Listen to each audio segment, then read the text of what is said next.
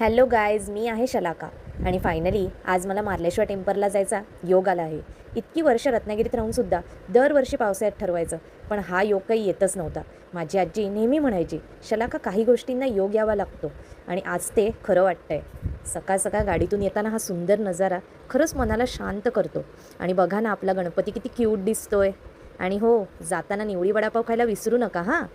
ह्या बघा सह्याद्रीच्या पर्वतरांगा, काय अप्रतिम दृश्य आहेत. पावसाळ्यात तर हे नजारे अजूनच खतरनाक दिसतात. खरंच सह्याद्रीच्या कुशीत वसलेलं हे महादेवाचं मंदिर कमाल. ही बघा मार्लेश्वर मंदिराची कमाल. आणि आता सुरू करूया छोटासा ट्रेक. चला गाईज, मंदिरापर्यंत पोचायला सुमारे 500 पायऱ्या आहेत. जाताना छोटे छोटे स्टॉल्स पण लागतात.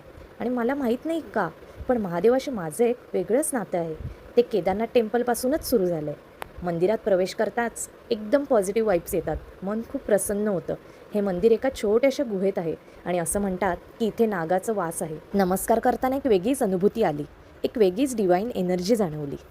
पावसाळ्यात इथे खूप धबधबे टप्प्याटप्प्याने पडताना दिसतात आणि नजारा खूपच सुंदर वाटतो.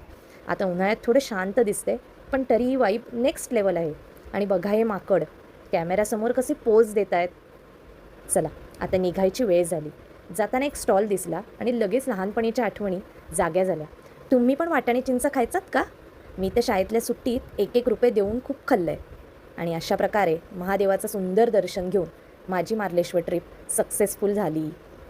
आता खाली येऊन मस्त भाकरी, पिठलं आणि ठेचा खाल्ला. खरंच मन आणि पोट दोन्ही खुश.